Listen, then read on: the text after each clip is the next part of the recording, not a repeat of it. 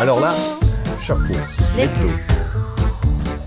Un podcast audio et vidéo de et avec Volato. Alors là, chapeau.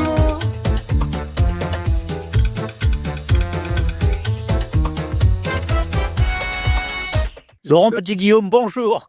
Bonjour Fred, bonjour à tous. Merci de nous accorder ce rapide entretien. Est-ce que, Laurent, si je vous présente comme étant le coordinateur de Radio Resto, le qualificatif vous convient? Si oui, on va le garder tout au long de cet entretien. Allons-y, moi ça me plaît. C'est moi qui ai eu l'idée et maintenant c'est toute une équipe autour de moi.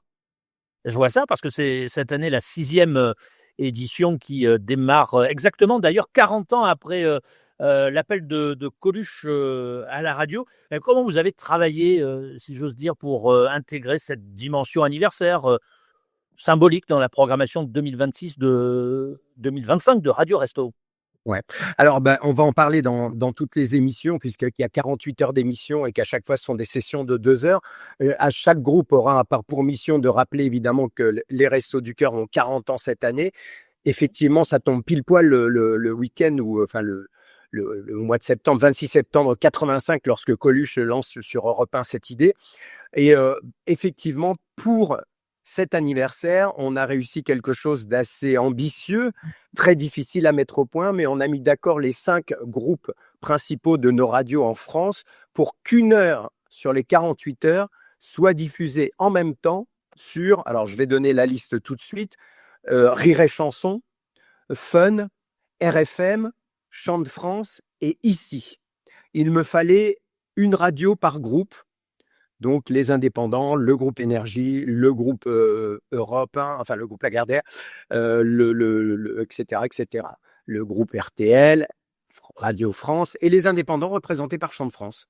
J'imagine que techniquement, c'est bloquer une date, un horaire sur l'ensemble des radios simultanément avec parfois des écrans publicitaires qui ne partent pas au même moment, avec des contenus différents en fonction de ces antennes. Vous avez dû prendre votre élan. Alors franchement, merci à tous ces directeurs de programme, directeurs de radio. En ce qui concerne les écrans pubs, on s'est mis d'accord pour 2 écrans pubs, pour ceux qui en ont, hein, bien sûr, il y en a qui en ont moins que d'autres. Donc ça s'est fait les mêmes en commun, les deux décros pubs, comme on dit. Ça c'est réglé.